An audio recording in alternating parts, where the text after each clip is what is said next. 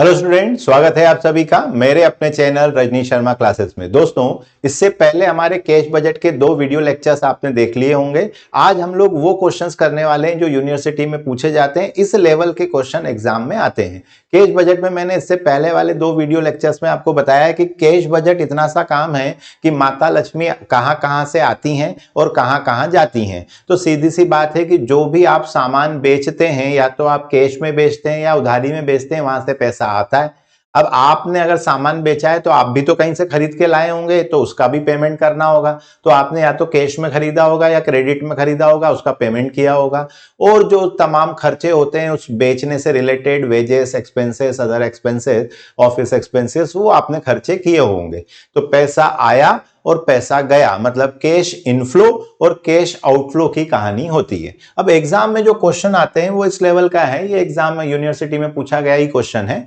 इन्होंने यहां पर आपको दिया है कि जनवरी, फरवरी और मार्च की एक्चुअल सेल्स हम आपको बता देते हैं कि इतनी हमारी सेल हुई, इतनी हमने परचेस करी थी। तो परचेस करी थी तभी तो सेल हुई होगी, और हमने फिर वेजेस दी और खर्चे किए। तो कुल मिला के एक तरफ से पैसा आया होगा सेल से, गया कहां से गया होगा, तो आपने कहा मैंने परचेस करी तो पैसा गया, वेजेस पैसा गया और एक्सपेंसेस पैसा गया।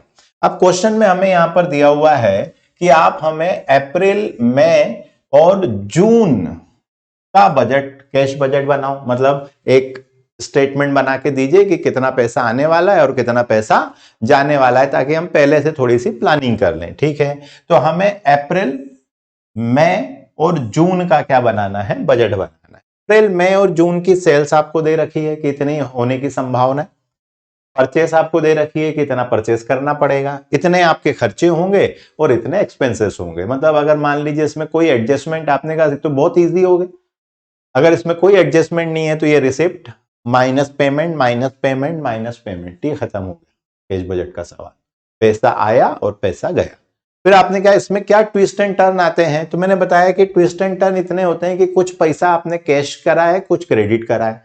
आपने कहा उससे क्या फर्क पड़ता है भाई, जो क्रेडिट उधार है वो उधार अगले महीने दिया, आधा अभी दिया, आधा बाद में दिया, बस इतना सा काम करना होता है। इसको क्या बोलते हैं, कैश बजट।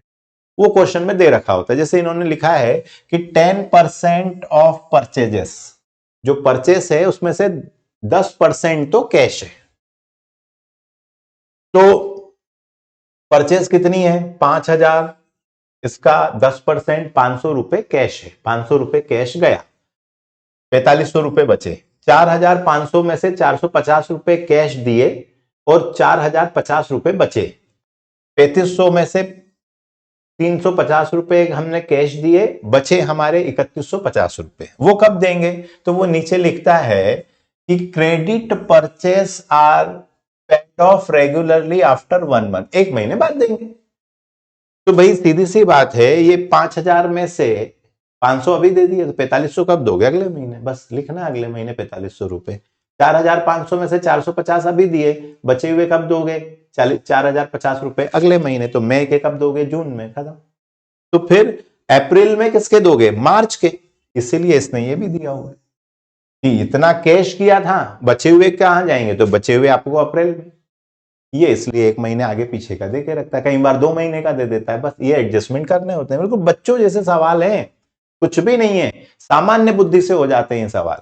इसमें कोई बहुत रॉकेट साइंस की जरूरत नहीं है या बहुत ज्ञान की जरूरत नहीं, बस प्रैक्टिस करने की जरूरत है। 10-12 सवाल हमारे साथ कर लीजिए, आपका काम खत्म हो जाएगा। एग्जाम का ही है। 20% ऑफ सेल्स आर कैश, 20% आप नगद बेचते हैं, तो बचे कितने, 80%। उसमें उसने बोलता है कि average period of the company is 1/2 month, मतलब आधी उधारी अभी मिल जाएगी, आधी अगले महीने मिलेगी। बस अब ये एडजस्टमेंट करना है। मतलब क्या हुआ कि जो 9,000 रुपए हैं, इसका 20% तो आपको अभी मिल गया, तो 9 दूनी 18, 1,800 रुपए तो दोस्त आपके अभी मिल गए आपको। बचे कितने, 7,200। उसमें से 3,600 रुपए अप्रैल के अप्रैल में मिल जाएंगे और 3,600 रुपए तेरे को अप्रैल के मई में मिलेंगे। बस ये एडजस्टमेंट करना, इसका नाम है, बस खत्म हो गया सवाल। और सवाल में दिया है कि wages are paid half. Half monthly का मतलब क्या है, आधे इस महीने आधे अगले महीने। तो ये जो वेजेस हैं, ये 2,400 रुपए में से 1,200 अभी दे देना भाई, 1,200 अगले महीने। 2,000 में से 1,000 अभी दे देना, 1,000 अगले महीने। 1800 रुपए में से 900 अभी दे देना, 900 अगले महीने लिख देना, ये खत्म हो गया। और एक आखिरी छोटा सा एडजस्टमेंट दिया है कि 50 रुपए रेंट इंक्लूड है एक्सपेंसेस में। तो भैया ये एक्सपेंसेस आप कितने बोल रहे हो, 700 रुपए, 50 रुपए अलग लिख देना, 650 अलग लिख देना, एक रेंट के नाम से लिख देना, ये लिख देना 600 रुपए में से 50 रुपए रेंट के लिख देना, 550 रुपए किसके लिख देना, एक्सपेंसेस के, खत्म हो गई। और ओपनिंग बैलेंस आपको क्या दे रखा है, 1500 रुपए। मतलब सबसे पहले तो हमें क्या लिखना पड़ेगा, ओपनिंग बैलेंस, फिर हमारी कैश सेल्स, यहां से पैसा आया, और जो उधारी हमारे को डेटर से मिली वो आ गया, यही दिया। कहां कहां पैसा गया, तो कैश परचेस में से पैसा गया कैश परचेस, क्रेडिट परचेस वाले को भी पैसा दिया, वेजेस और अदर एक्सपेंसेस, ये खत्म हो गया। मतलब केवल ये लिखना था आपको, पैसा आया, पैसा गया, पैसा आया, पैसा गया। अब ये एग्जाम का क्वेश्चन है, आपने कहा यार इतना इजी आता है, ये इतना इजी आता है, बस ये ट्विस्ट एंड टर्न होते हैं जो सामान्य बुद्धि से क्लियर किए जा सकते हैं। अब मैं पहले आपको ये समझा देता हूं कि 1500 रुपए तो हमारे पास आए।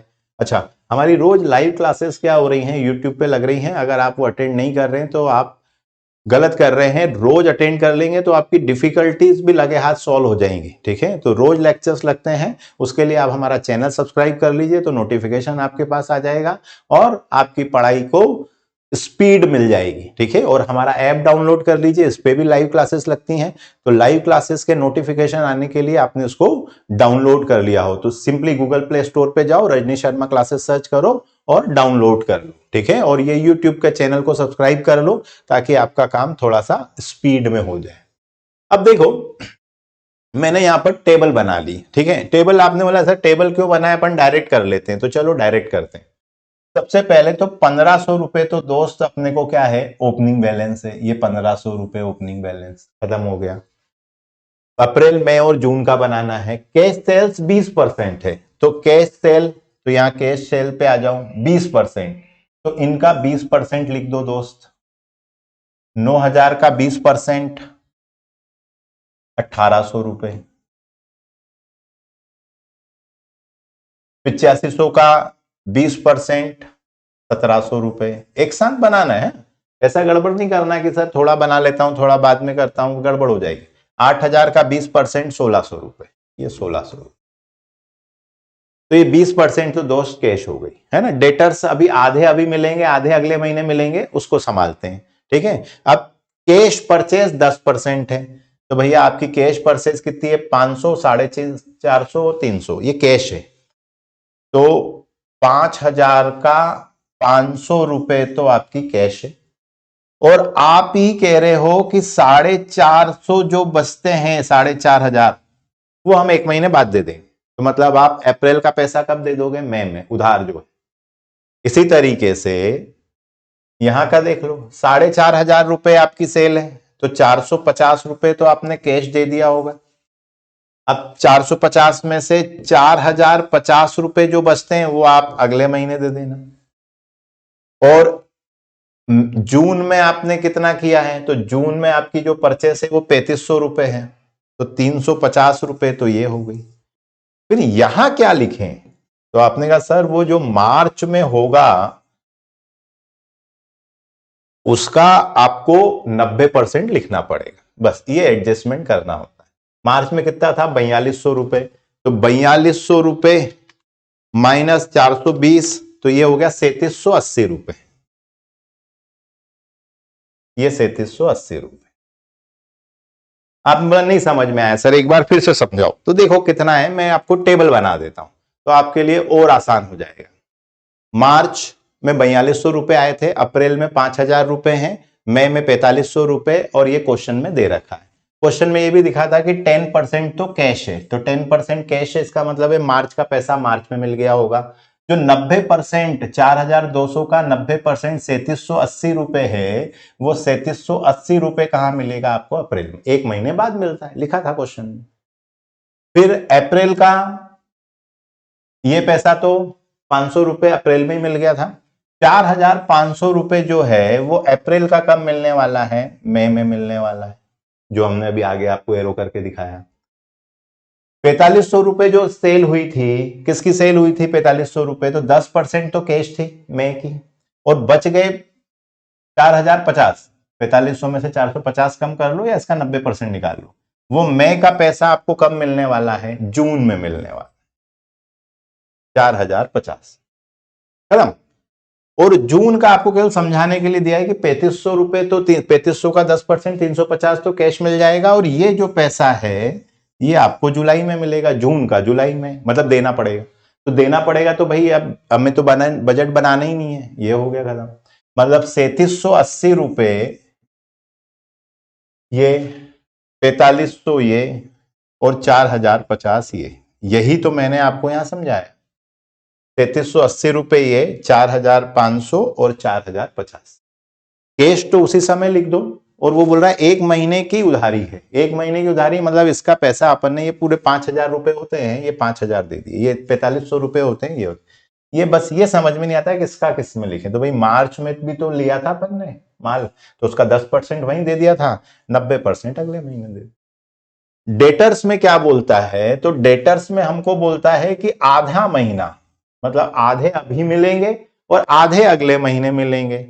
तो कैश तो हमने लिख दिया, इसके लिए भी टेबल बना लो। टेबल बनाने से थोड़ा सा आसान हो जाता है, कोई दिमाग नहीं लगता है।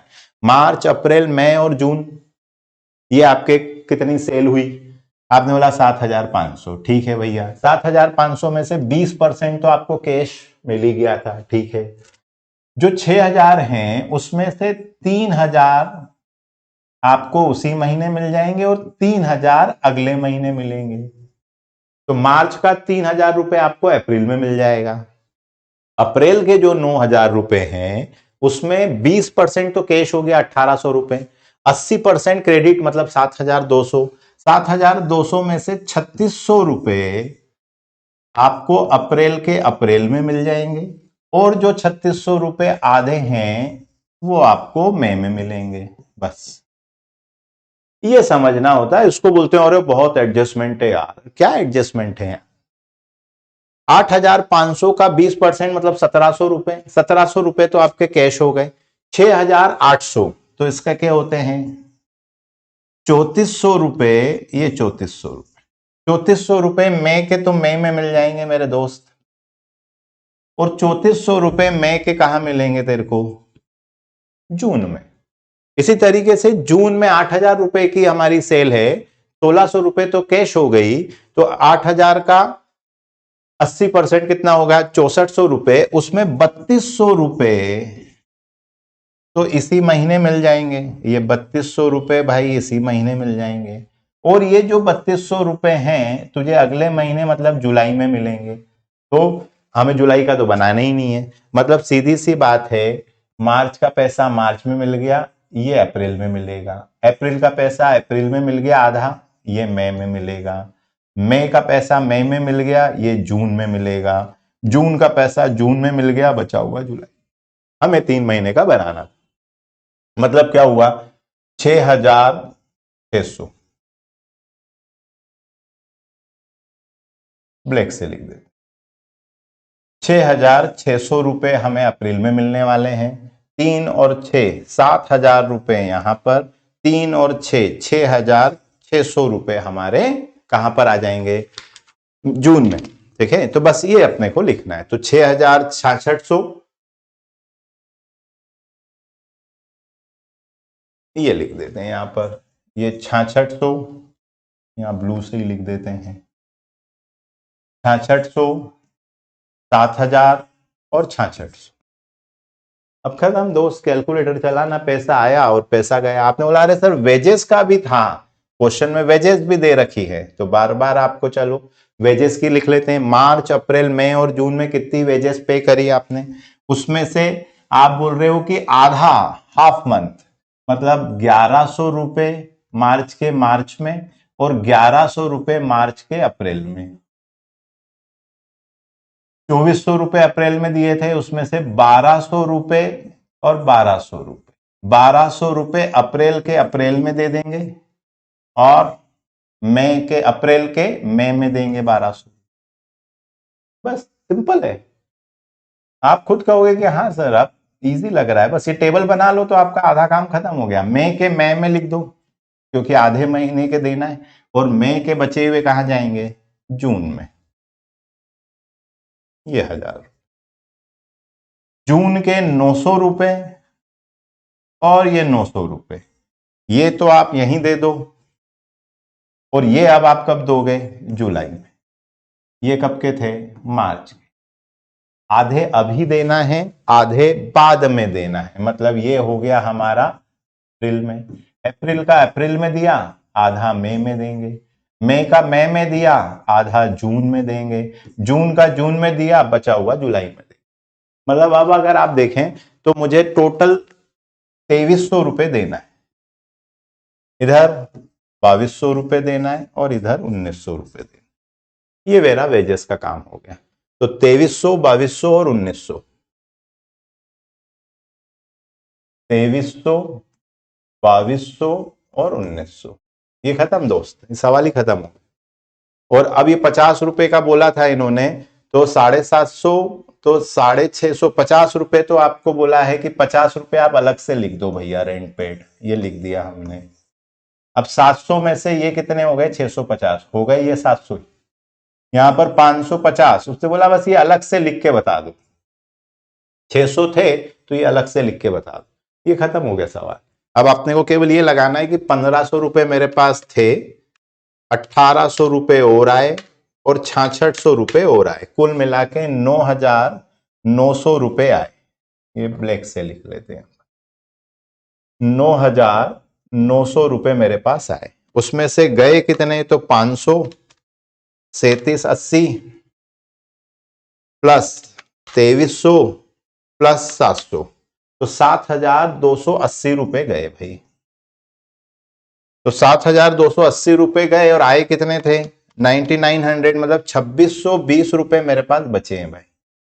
ये हमारा क्लोजिंग बैलेंस है। तो जो 2620 रुपए इस महीने का क्लोजिंग है, वो नेक्स्ट मंथ का क्या होगा, ओपनिंग। ये 2620 रुपए। अब 2620 रुपए मेरे पास रखे हैं दोस्त, 1700 रुपए और आ गए, 7000 और आ गए, तो 11320 रुपए आ गए।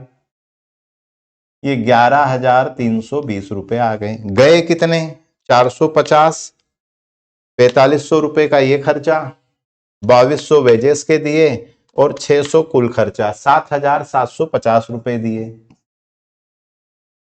आए थे कितने, 11320, उसमें से गए कितने, 7750, तो बचे कितने, 3570 रुपए।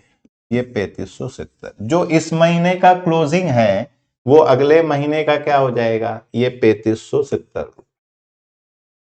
ये 3570, 3570 प्लस 1600 प्लस 6600, 11000, ब्लैक से ही लिख देते हैं, 11770, 11770 आपके पास आए। 350 ये, 4050 ये, 1900 ये, और 600 ये, तो 6900 रुपए का खर्चा हुआ। माइनस आए कितने थे, 11770, तो 4870 रुपए हमारा क्लोजिंग बैलेंस है। ये सवाल खत्म।